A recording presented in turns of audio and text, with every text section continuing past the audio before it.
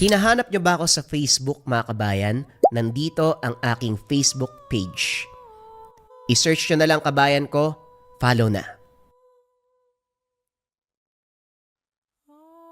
Ang kwentong ito ay hango sa totoong buhay. Mula ito sa isa nating kabayan na itago na lamang natin sa pangalang Aling Maring. Taong 2000, Zamboanga. Maraming manggagamot sa lugar. Subalit si Mang Brando lamang ang binabalikan ng lahat.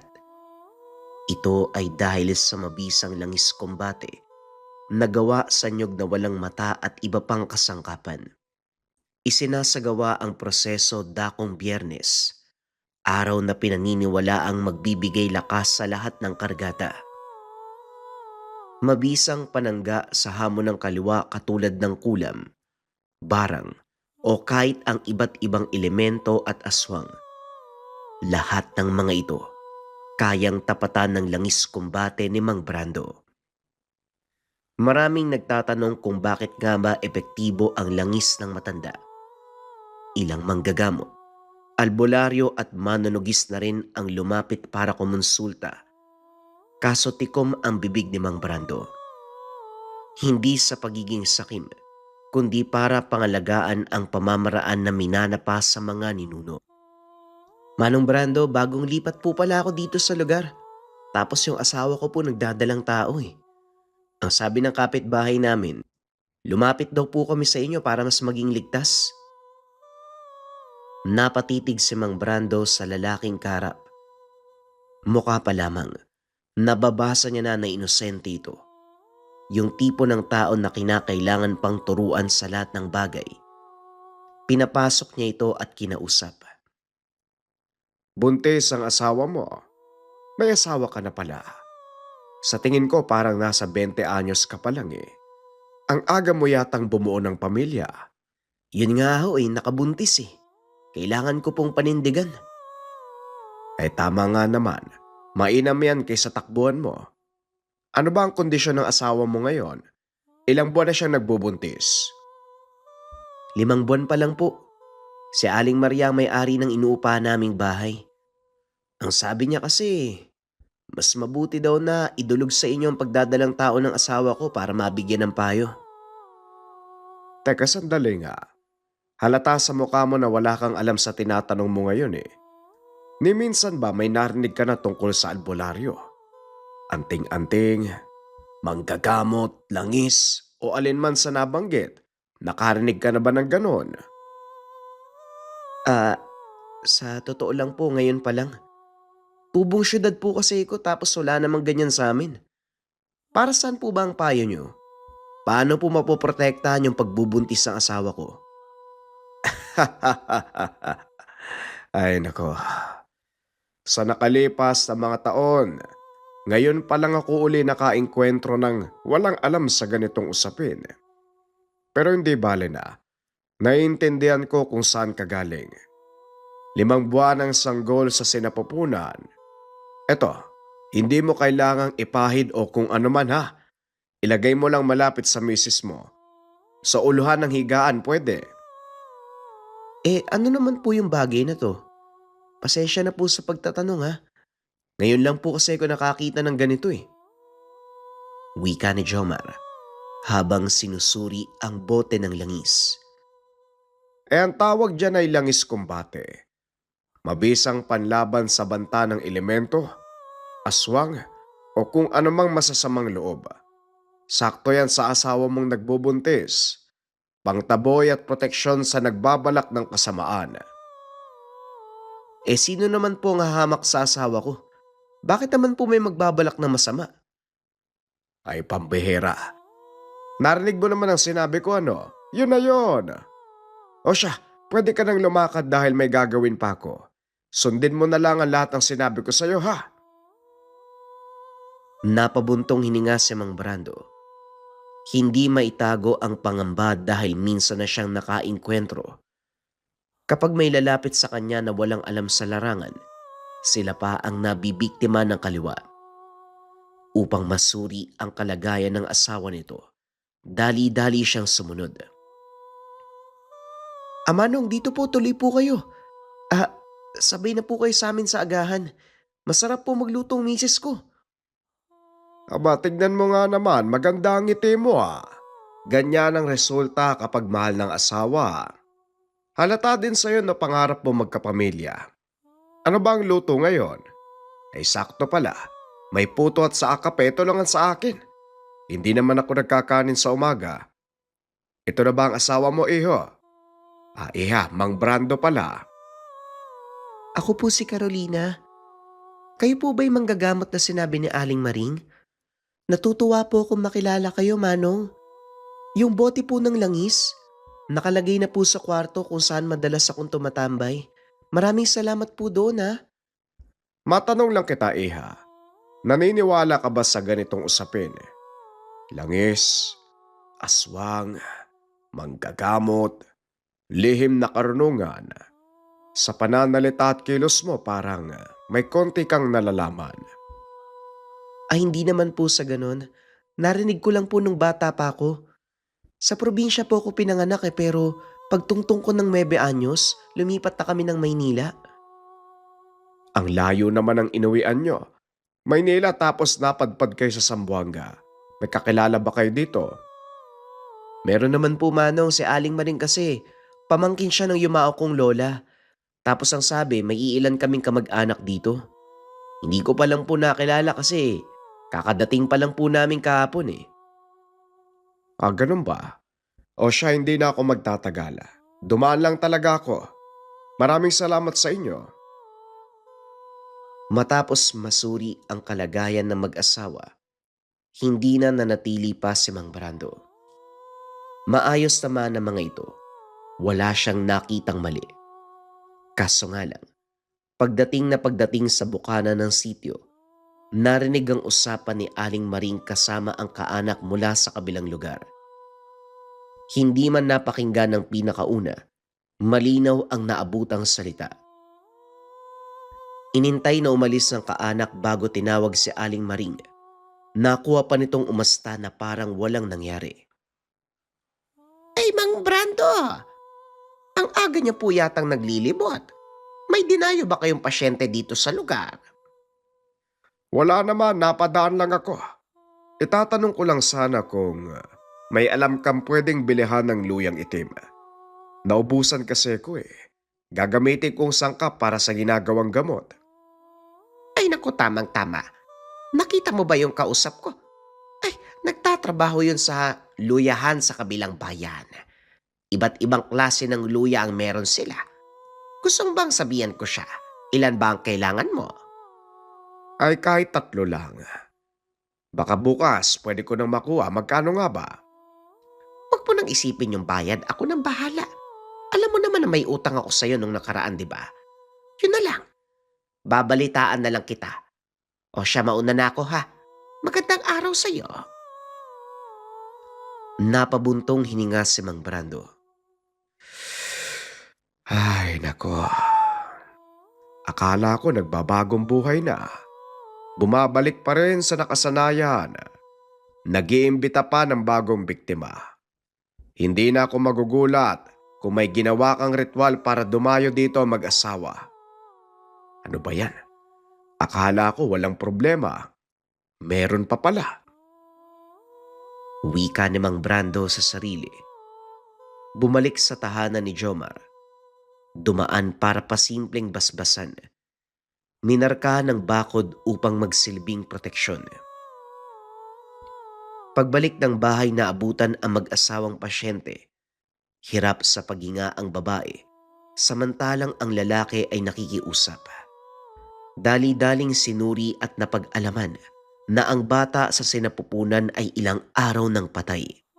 Sa pilitan na pinaanak ni Mang Brando, ginamot ang ina para hindi kumalat ang lason pero patay na ang bata. Kaso nga lang bukod dito, may iba pang napapansin. Pasimpleng kinausap ang asawang lalaki, si Arjo. Iho, may sumpa ng kulam ang sinapupunan ng asawa mo. Ngayon ko lang din napansin dahil nakatanim sa ilalim eh. Kaya kong gamutin ang misis mo, pero asahan mo may magbabago sa kanya. Magbabago, Manong.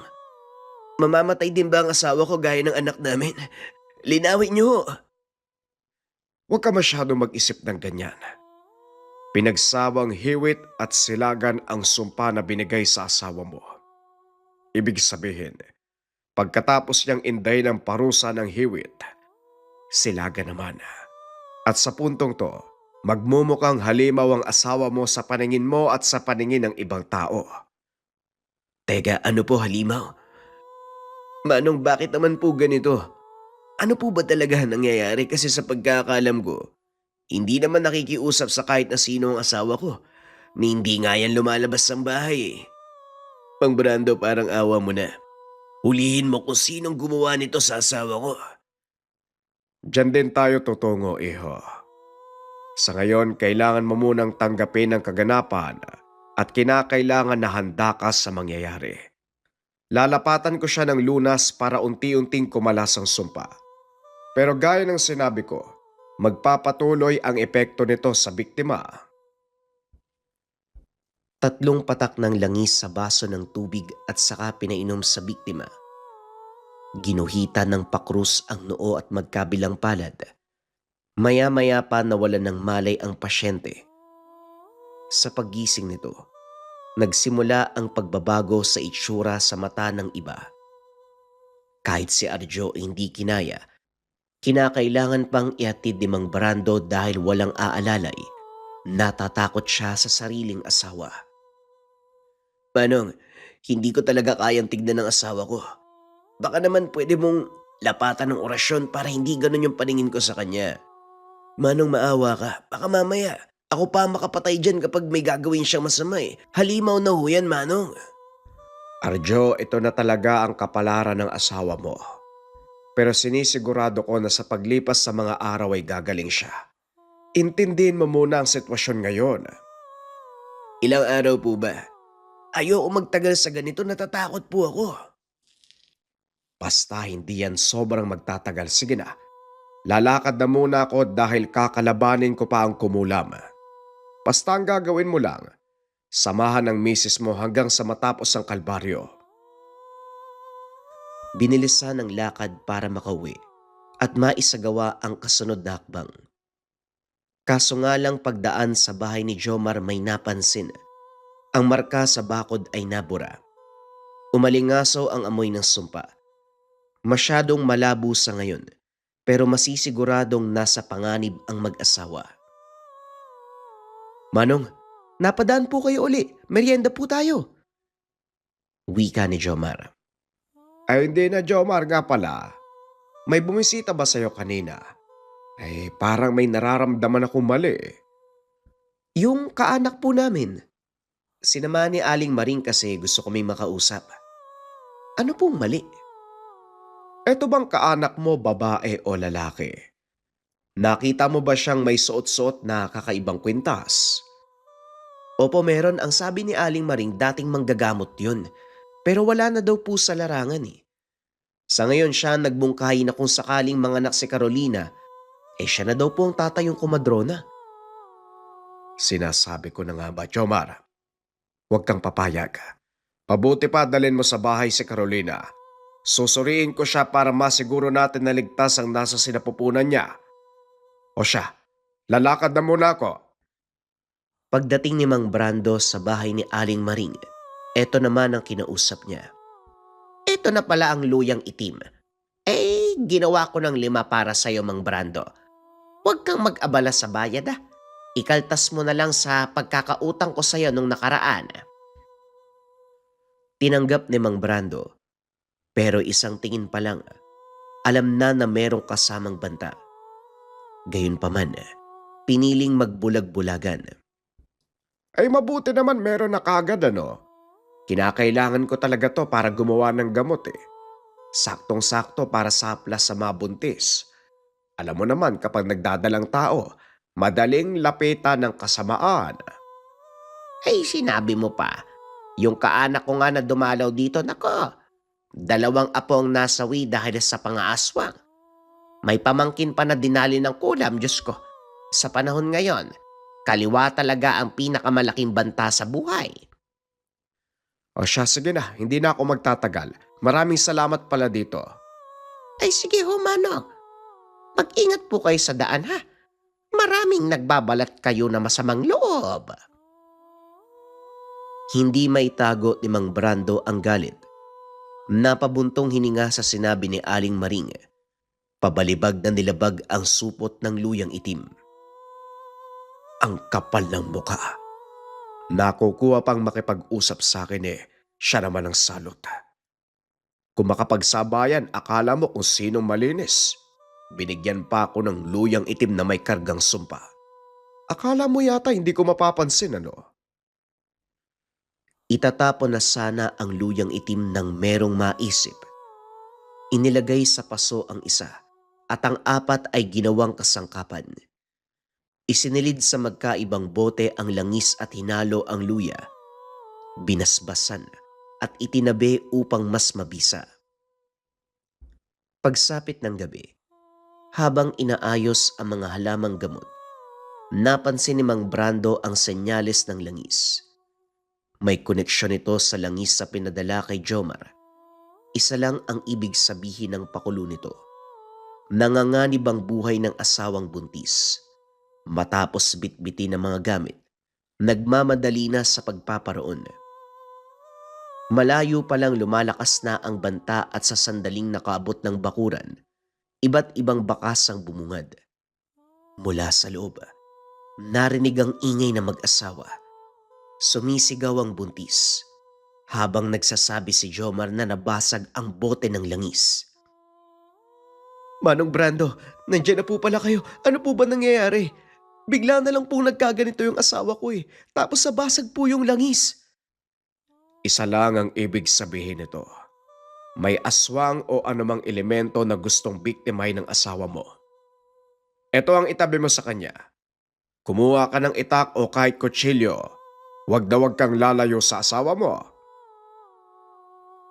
Sa pagbalik ni Jomar sa loob, kumilos na rin si Mang Brando para hulihin ang nilalang. Hanga naman ang matanda dahil sa kabila ng paglapit niya, hindi man lang ito natakot. Umaangil pa, bumibuelo ng pagsugod. Ay nako, kung makaasta parang hindi matutusta sa langis. Kabisado ko na ang galaw ng kagaya mo ng bibiktima ng buntis. Tapang-tapangan kunwari pero ang totoo takot ka. Bakit hindi ka nalang tumakbo? Gusto ko pa naman sana makipaghabulan. Isa-isang nabasag ang bote ng langis mula sa bitbit na supot. Napatitig si Mang Brando sa aswang.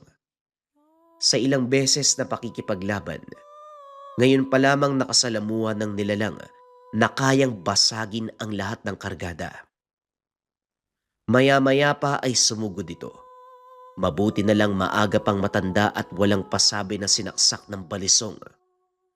Saka lang nataranta ang nilalang, hindi mapalagay sa natamong sugat.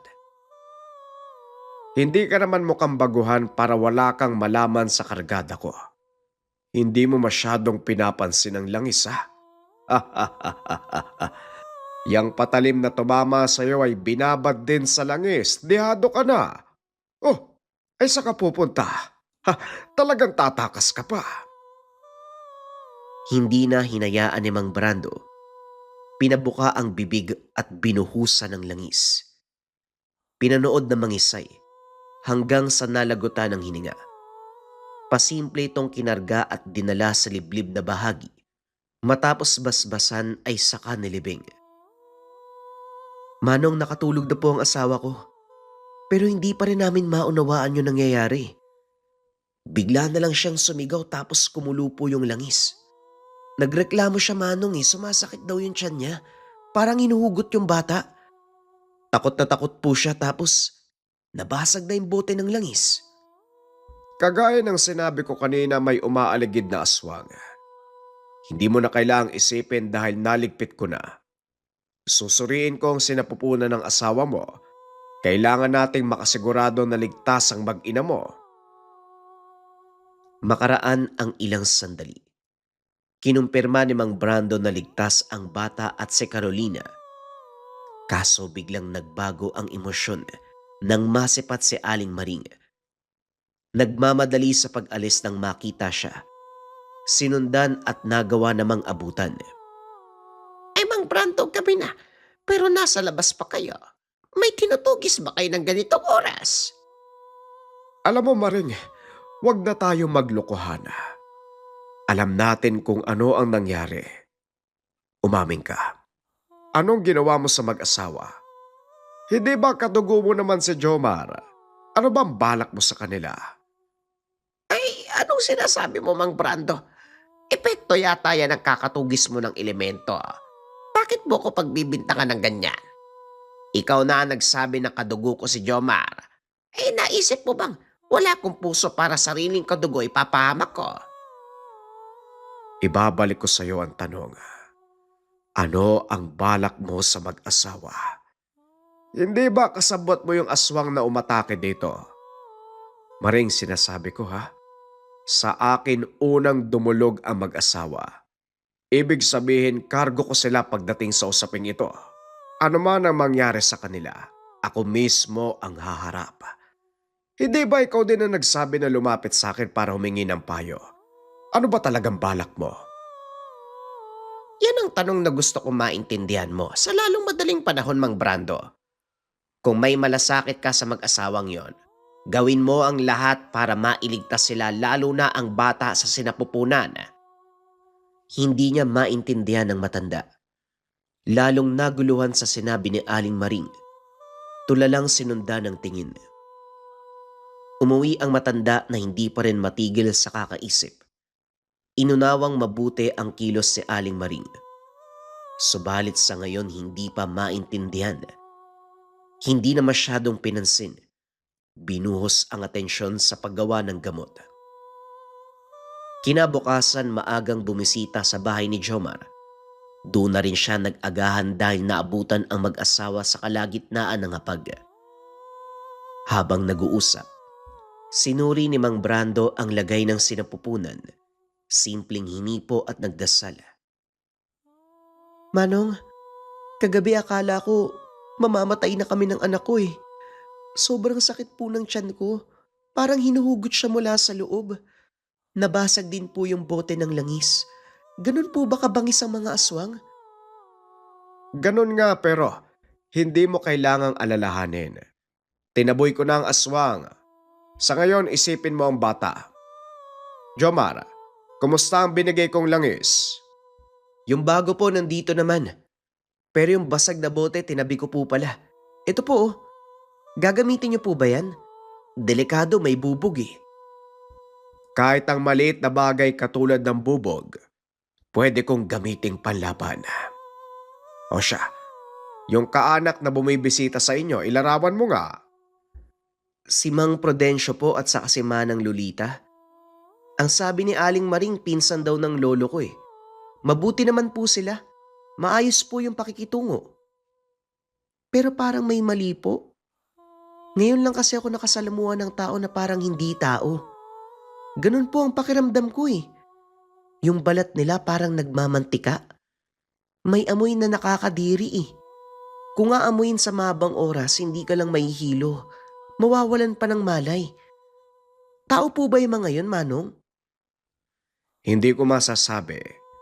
Pero huwag kayo magpapahalata kung sakali man na muli silang makasalubong. Pakitunguan nyo pa rin pero maiging pagmasdan ng kilos. Lalo ka na, Carolina, nagdadalang tao ka. Alam naman natin na kapag buntis, madalas lapitan ng masasamang elemento o nilalang. Huwag mong ilayo ang langis at kapag kumulo, ito ang gagawin mo, Jomar ha. Huwag kang magdadalawang isip na protektahan ng asawa mo. Napalunok si Jomar nang abutan ni Mang Brando ng patalim. Seryoso po kayo? Talaga bang kailangan ng ganito? Kagabi nga po nanginginig ako eh. Kung magiging duwag ka, posibleng mawala sa iyo ang asawa at anak mo. Gusto mo bang mangyari yon? Hindi ho, Manong. Pinangarap ko magkapamilya. Tapos ganun, hindi ko po hahayaang mangyari yan. Nga po pala, Manong. Narinig ko si Manang Lolita at Aling Maring na nag-uusap. Hindi ko po gaanong naintindihan pero binabanggit po nila ang pangalan mo. May atraso ka po ba sa kanila? Ito ang tanong na nagpatigil sa matanda. Hindi maiwasang mapaisip. Sa pagkakatanda, hindi kilala ang mga pangalan maliban na lamang kay Aling Maring. At kung pag-uusapan naman ng Ali, hindi sila ganon kalapit. Sa madaling salita, walang atraso si Mang Brando. Pagkatapos sa tahanan ng mag-asawa, sinadyang dumaan sa bahay ni Aling Maring. Mula sa bintana, tanaw ang dalawang matanda. Sa palagay ni Mang Brando, ito ang sinasabi ni Carolina. Nagpalipad hangin si Mang Brando. Lumantad ang katauhan ng mga ito. Hindi nga lang magawang sundan ng ritual dahil mabilis napansin. Nagmamadali sa pagtago bago maaktuhan. Lolita, Prudencio, may problema ba? Bigla na lang kayong lumabas. May hinahanap pa kayo? May dumaan. Hindi lang basta dumaan, nag-ritual pa. Alam niya na kung sino kami kaya hindi na kami pwedeng magtagal. Maring kilalanin mo kung sino yan ah. Sabihin mo sa akin kapag nahanap mo. Malakas ang loob niya. Wika ni Mang Prudencio.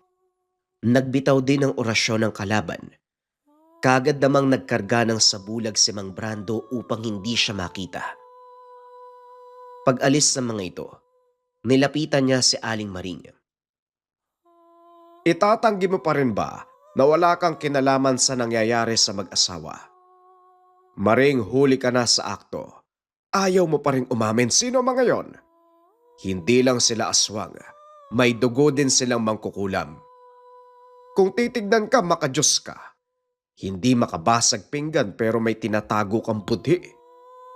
Papalampasin kita kung sasabihin mo sa akin ang balak ng mga yon kay Jomar at Carolina. Brando, kung yan ang pinunta mo rito, wala kang makukuhang sagot. Ang mabuti pa umalis ka na bago pa nila maamoy ang presensya mo. Ano ba talaga ang balak mo, Maring? Hindi ko mabasa ang galaw mo, ni hindi kita maintindihan, sobrang gulo mo. Kagaya ng sinabi ko sa'yo, ikaw ang bahalang umintindi sa nagaganap. Gamitan mo ng utak ang pag-unawa. Aba, ako pa ngayon ang ginagawa mong mangmang, Maring ha? Bumalik ka nga rin. Ay bastos. Nagsasalita pa ang tao biglang tatalikuran. Napailing na lamang si Mang Brando. Nang mapansin na papalapit ang presensya ng matatanda, handa na sana siyang sumalubong, kaso hinatak palayo ni Aling Maring. Mag-ingat ka. Umiwas ka. Kung gusto mong iligtas si Jomar at Carolina, intindihin mo ang nangyayari. Lumakad ka na.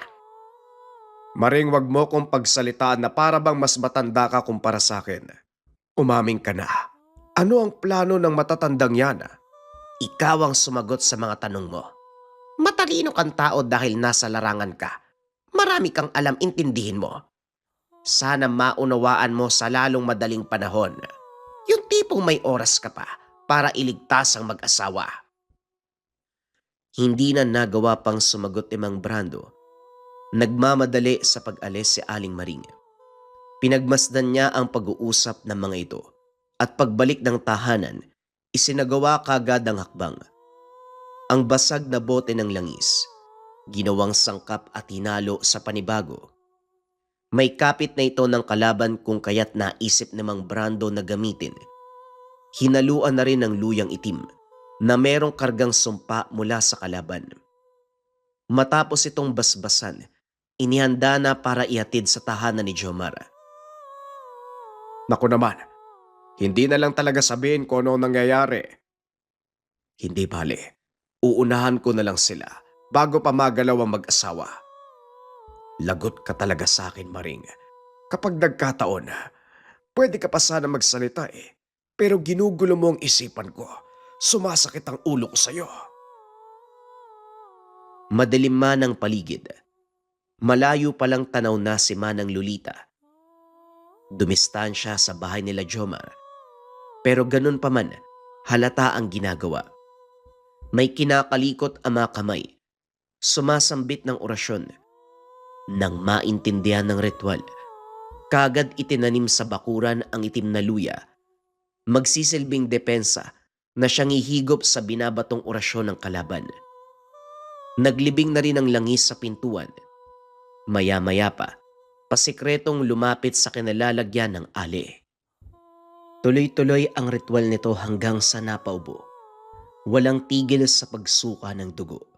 Nanlaki ang mga mata habang inaaninag ang tahanan ni Jomar. Nanlumo ng masipat ang luyang itim. Nagulat ka ba na ang tanim na kinargahan mo ng sumpa, ikaw ngayon ang inaatake? Hindi ka na rin magtatagal sa lagay mong yan. Kaya kung ako sa'yo, huwag ka nang manlaban. Sino ka? Ikaw ang sinasabi nilang Mang Brando. Ang manggagamot na langis ang panlaban. Bakit ka nangingialam? Talagang tinatanong mo pa sa akin ang bagay na yan. Hindi ba alam mo naman na sa akin lumapit ang mag-asawa para humingi ng payo? Nakausap mo rin si Maring. Wala ba siyang nabanggit? Imposibleng wala. Pinag-uusapan niyo raw ako eh. Lulubayan ko mag-asawa. Huwag mo lang akong sasaktan. Nakikipagkasundo ka pa. Sandali, hindi ba kaanak mo naman si Jomar? Bakit mo siya pinapahamak? Hindi ka ba kumikilala ng kadugo nyo? Yan ay kung totoong magkadugo nga kayo. Umamin ka nga sa akin, anong kinalaman mo sa mag-asawa? Sinabuyan siya ng langis, dahilan upang mapilitang sumagot. Hindi ko sila kaano-ano. Hindi namin sila kadugo. Masaya ka na. Sinasabi ko na nga ba? Talagang wala kayong pinapalampasan no? Kahit ang mga bagong salta sa lugar ay pinagpaplanuhan. Ganyan ba talaga kayo kahayok sa pambibiktima? Hindi mo na kailangan sumagot. Mamamatay ka sa... anak ng... Nagulat si Mang Brando. Nagpalit ng anyo bilang aswang ang kalaban. Ipinakita ang malapad na pakpak. Tinangay ang matanda sa malayo at pinaglaruan sa himpapawid. Basta na lamang siyang binalibag at saka sasaluhin bago bumagsak sa lupa. Nang makabuelo ang matanda, ito ang naunang bumulusok. Huwag mo ko papatayin, pakiusap, patawarin mo ko. Lulubayan ko na mag-asawa. Sinagot lamang ito ni Mang Brando ng walang tigil na pagsaboy ng langis. Tustang-tusta ang muka na parabang binuhusa ng asido. Pasimple itong sinindihan at hinayaang lamunin ng apoy. Binasbasa ng salita at saka dinala sa pinaglibingan ng aswang. Kaso nga lang habang naghuhukay, hindi napansin ang pagpuslit ng isa pang halimaw. Saka lang napagtanto nang hindi na mahagilap at nang kapain ng bulsa, kunot noong napatitig sa basag na bote ng langis. Aba, walang duda, si Prudencio ang gumawa nito. Na siya rin kumuha ng bangkay ni Lolita. Sino pa nga ba? Wala namang ibang... Nakita niya si Aling Maring sa kalayuan. Masama ang titig nito sa kanya. May hawak na patalim. Dinuro siya sa direksyon. Maya-maya pa lumapit ito at walang pasabi na sumugod. Pasimple itong inilagan. Napapansin niya kay Aling Maring. Napipilitan lamang ito sa ginagawa. Kahit kailan sagabal ka sa plano, dapat ka nang mamatay, Brando! Muli siyang umatake. Panay saksak kahit hindi nakakatama. Nakiramdam si Mang Brando. Dito napagtanto na nagtatago sa kadiliman si Prudencio at si Aling Maring ang ginagamit bilang pain. Nang suriin ng ali, bakas ang takot kaso kinakailangang kumilos na parang kalaban upang maging makatotohanan. Sinadya ni Mang Brando ang magpasaksak. Nagulat si Aling Maring sa ginawa niya. Nang ibagsak ang sarili, dito napansin ang pag-alis ni Prudencio. Pinalipas ang sandali. Saktong nakalayo na ito. Mangmang ka talaga, Maring. Pwede mo naman sabihin sa akin na naipit ka lang sa sitwasyon. Bakit pa umaasta ka na kalaban? Alam mo ikaw, naisip ko pa naman na patayin ka. Paano kung tinotoo ko? Eh di nagkasala ako sa inosente. Pakiusap, huwag ka maingay. Mabuti naman at sa wakas naintindihan mo ang nangyari. Mang Brando, hindi ako pwedeng magsalita dahil malalaman nila. Alamin mo na lang ang lahat ng bagay. Iligtas mo si Jomar at Carolina. Huwag mo hayaan na may mangyari sa kanila, lalo na sa pamangkin ko na si Jomar. Wika ni Aling Maring. Napakamot ng ulo si Mang Brando sa inis. Idagdag pa ang kirot ng sugat. Yang patali mo nakakamatay ba yan? Ang lalim ng saksak mo. Ang mabuti pa umuwi ka na. Pinatay ko na yung babae.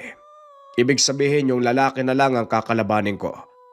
Wala ka bang ibabahagi tungkol sa pagkatao nun? Una sa lahat, pasensya na sa ginawa ko. Bakit ka naman kasi nagpatama? Ay nako. Si Prudencio, isa siyang mangkukulam. Si Lolita lang ang aswang. Ang totoo niyan, mag-asawa sila. Magkakilala sila ng yumao kong asawa. Alam ko ang pagkatao nila. Kaya nung lumapit sila sa bagong lipat na si Jomar at Carolina, syempre natakot ako kaagad. Wala akong nagawa ko hindi sumunod. Kung hindi ako mamamatay. Kaya sinabihan ko si Jomar na lumapit sa iyo. Ikaw naman ang tagal mo makaintindi. Ako pa ang sinisi nitong matandang to. Malay ko bang ganyan ang sitwasyon mo sa mag-asawang halimaw na yon? Kung hindi mo masabi sa salita, sana sinulat mo. Ilang beses na tayo nag-usap wala ka man lang balita. O siya, ako nang bahala kay Prudencio. May ipapagawa ko sa'yo ha. Hindi ko mababantayan sina Jomar at ang asawa niya, kaya ikaw ang gagawa. Ingatan natin si Carolina dahil nagdadalang tao yon. Prioridad ang kaligtasan ng bata. Matapos ibigay ang langis, kanya-kanya sa pag-alis. Umuwi muna ng bahay si Mang Brando upang suriin ang natitirang langis. Marami pa, subalit mababa na lang ang depensa. Itong langis kumbate ang may mataas sa kargada dahil mahal na araw hinulma. Ilang bote na rin ang nabasag sa pakikipaglaban kay Mang Prudencio at Manang Lolita, kung kaya't kaunti na lang ang natira. Gayunpaman, sapat na para harapin ang huling kalaban. Tutuloy na sana sa lakad para hanapin si Mang Prudencio nang makasalubong sa daanan si Arjo. Wala ito sa sarili na kinakailangan pang ihipan ng dasal para tumino. Ang asawa ko po, pinatay siya. Pinatay ang asawa ko. Ano? Sinong pumatay? Arjo, tumingin ka sa akin. Ano ba nangyari? Ipaliwanag mo ng mabuti. May dumaan na lalaki. Bigla na lang sumunod ang asawa ko na para bang hindi normal Kusa siyang sumunod. Nawala siya kaya hinanap ko. Sa gubat. Wala nang lamang loob. Kahit dugo wala na. Putol ang katawan. Nakita ko lalaki pero hindi niya ako pinatay. Bigla na lang siyang lumayo. Pinuntahan ng lugar. Halos maduwal nang makita ang kalagayan ng biktima. Nang kilalanin ng bakas at natitirang amoy ng halimaw, walang duda na mula kay Prudencio.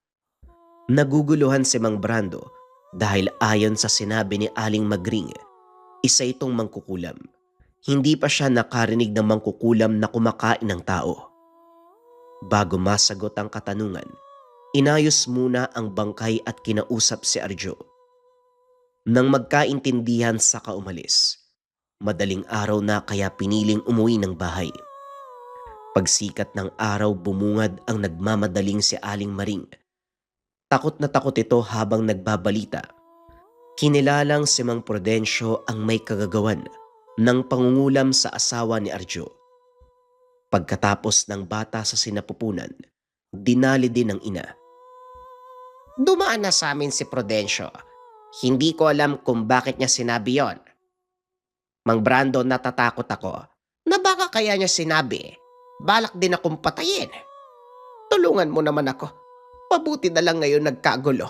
Nasa Cebu ang mga anak ko. Ayoko maabutan nilang ganito ang kalagayan. Manong iligtas mo ko.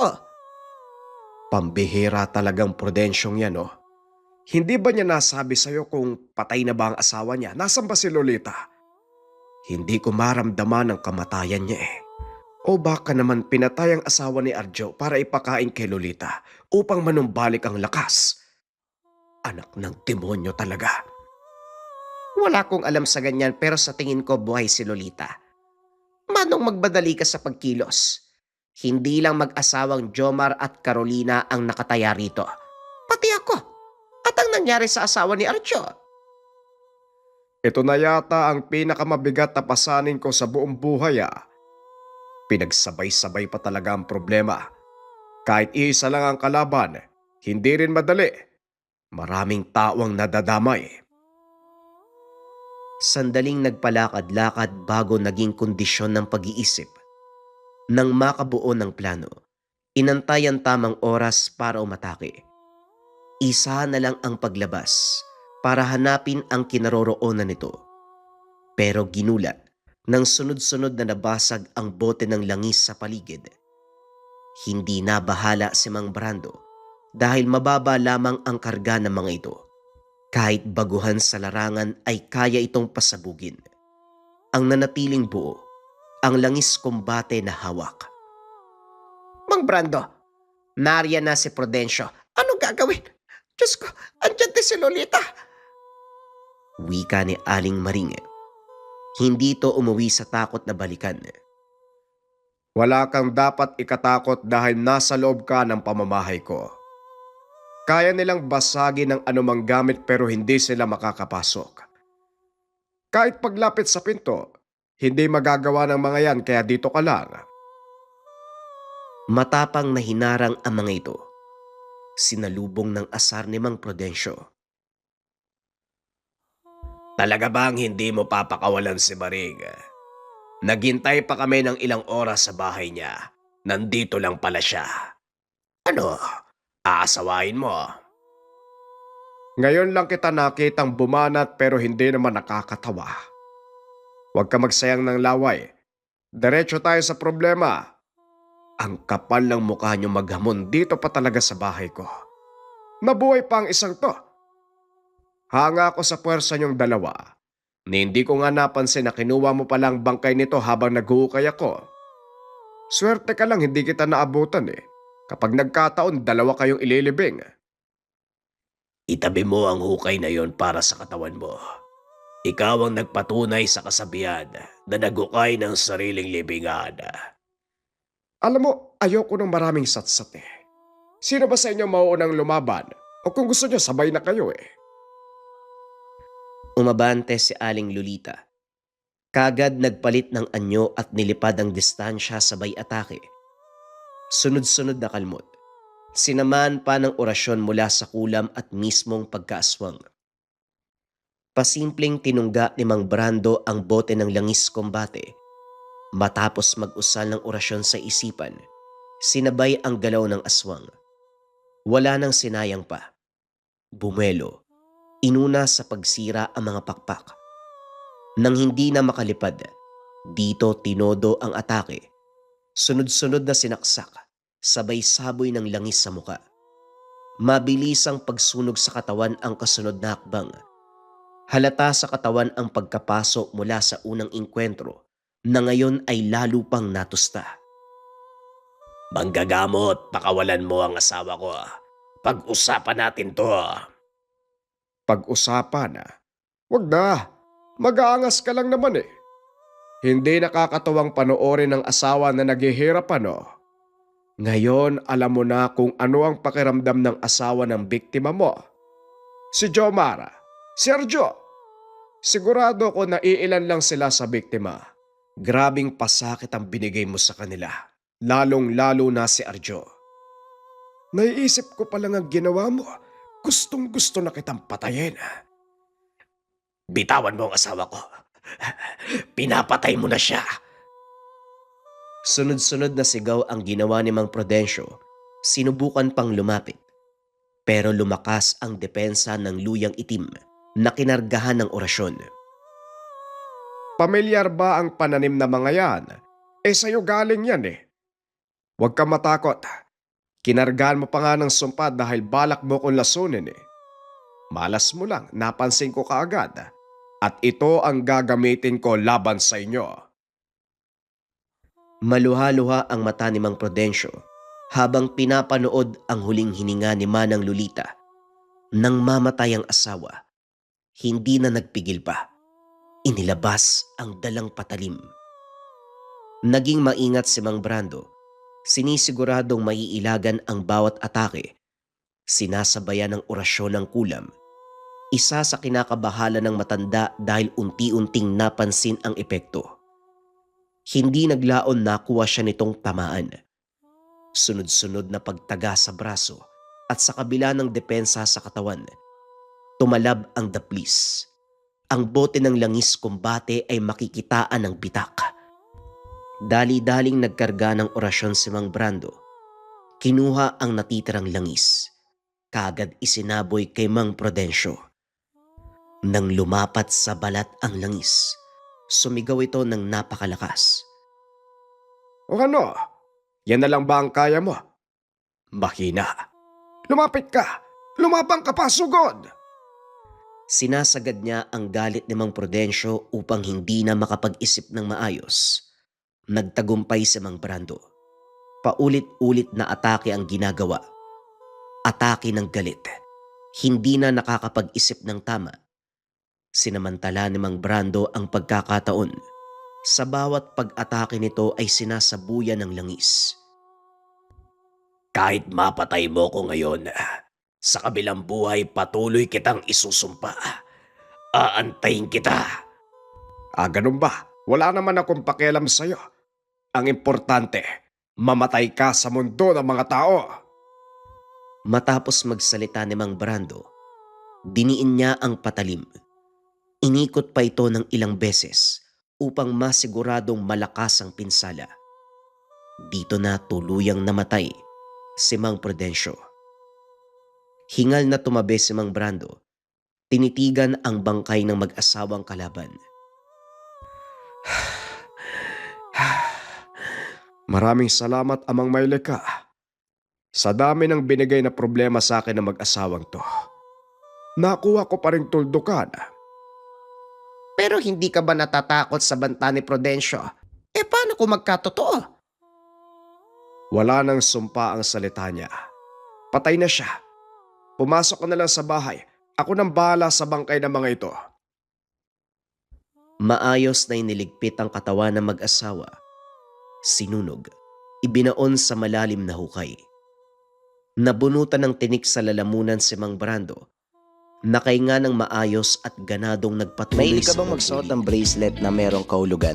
Ilang Ito buwan ang panoorin mo, lumipas. baka makatulong sa'yo. Naging Noong sagana hindi ako ang buhay ng naniniwala sa manggagamo. ganito, kaso nasubukan Kaliwat ko kasi kanan ang epektibo. nagpapagamot. Kung marami naiinggit sa'yo, At sa subukan mo tong pagsapit talagay muli ng mahal bracelet. na araw, Ang bisa ng talagay inihanda bracelet, ang mga binablock gamit niya yung para sa evil eye. paggawa ng langis Lahat ng masamang kumbate. dasal sa'yo dahil sa inggit hindi Nakangiti pa e-epekto. habang Kung isinasalang wala naman sapo. naiinggit sa'yo pero pakiramdam Nang mo tuluyang minamalas ka, magawa pwede ito, mong subukan yung Kandili Pinalipas bracelet. ang ilang araw Pampaswerte to. bago aktwal Ito na yung ginamit version sa 1 ng panggagamot. Kandili bracelet. Ito Kaso nga naman lang yung napansin version ni Mang Brando 2. na sa Kaya halip lang bahala mga mabuti, kabayan ko nung trip ko dyan. sumasama ang Pampaswerte to, pakiramdam ng version mga 1, pasyente.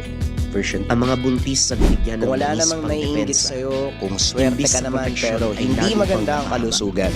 Meron ka Bumalik nararamdaman lahat ang mapa sisi kay spiritual Mang Brando. o physical na karamdaman. Ito Nagkagulo magandang na ang subukan lahat. mo. Na Ito dating mga kabayan, nagtitiwala Gunita ay bracelet bumaliktad. available sa Siya dalawang ngayon kulay, ang tinutulong color sa lahat. brown and color black. Sabi ko naman sa Lahat iyo ng ito ay makapangyarihan makikita ang sa salita ni shop ng Prudencio. Likha Merchandise. Search Pinagtawanan nyo mo na. pa kasi. Paano kung ito na yon? Ang asawa ni Jomar na dating langis mo pa ang hawak. Ayun, nakunan. Pwede ba, Maring? Huwag mo na akong sumbatan. Nakikita mo namang napeperwisyo na ako eh. Hindi na ako makapag-isip na maayos. Susubukan ko sa uling pagkakataon. Gagawa ko ng lunas para sa kanila. Ayaw tanggapin ni Mang Brando na salita ni Mang Prudencio ang dahilan ng kaganapan. Gumawa muli ng langis at iba pang gamot. Sa pagbabaka sakaling maayos ang lahat. Subalit sa halip na gano'n ang mangyari, natagpuan ang sarili na unti-unti ding nalalason. Sa paglipas ng araw, lalong nanghina. Sa hindi malamang kadahilanan umabot sa punto, hirap ng gumising, hanggang sa paralisado ang isipan at katawan. Tumagal ng maigit taon ng pagkaratay sa banig bago tuluyang na maalam. Si Aling Maring ang nagmalasakit at nag-aruga hanggang sa huling buhay. Hindi talaga magandang baliwalain ang sumpa na mula sa dila ng mangkukulam. Kahit patay na ito, nananatiling buhay ang salita. Huwag kang mag-alala, Brando. Hindi makakalimutan ang kabutihang ginawa mo sa mundo. Doon nagwakas ang buhay ni Mang Brando. Isang manggagamot na handang tumulong sa lahat ng tao. Sinakripisyo ang sariling buhay upang mailigtas ang mga taong lumalapit sa kanya. Kaso nga lang, ang pagtulong din sa kapwa ang naging dahilan ng kanyang kamatayan. Naway nagustuhan ninyo ang kwento ni Mang Brando, ang ermitanyong gumagawa ng langis na panghaplas. May mga pagkakataon ba na pakiramdam mo, kabayan, napapagod ka kahit wala ka namang ginagawa? Or yung tipong kumpleto naman yung tulog mo, pero pagkagising mo sobrang bigat pa rin ang pakiramdam. Parang may mabigat na enerhiya na umihila sa tahanan, may mabigat na enerhiya sa paligid. Sa negosyo, kwarto, sala, o kung saan ka madalas tumatambay, kabayan. Hindi lahat ng dumi, kabayan, nakikita ng pisikal na mata. Hindi dapat malinis lang ang pisikal na espasyo, hanggang espiritual dapat kiniklens yan. Ang incenso candle for cleansing mula sa Lika Merchandise ay espesyal na kandila na ginawa upang magbigay ng liwanag sa espasyo na ating ginagalawan. Incenso candle for cleansing, pang-cleanse ng lugar, pang-taboy ng negative energy para maganda ang pasok ng swerte at iwas sakit na bunga ng negative energy. Sa isang sindilang, kabayan, gumagaan ang kapaligiran, lumilinis ang espasyo, nagiging mahimbing ang pagtulog sa gabi. Ito ay mainam na gamitin pang-cleanse ng mga lugar kung saan natin nararamdaman ang negatibong enerhiya. Kung interesado ka, kabayan, kailangan lang tong sindihan sa umaga at gabi. May yellow basket dito sa baba or pwede mong i-visit ang shop ng Lika Merchandise Incenso Candle for Cleansing.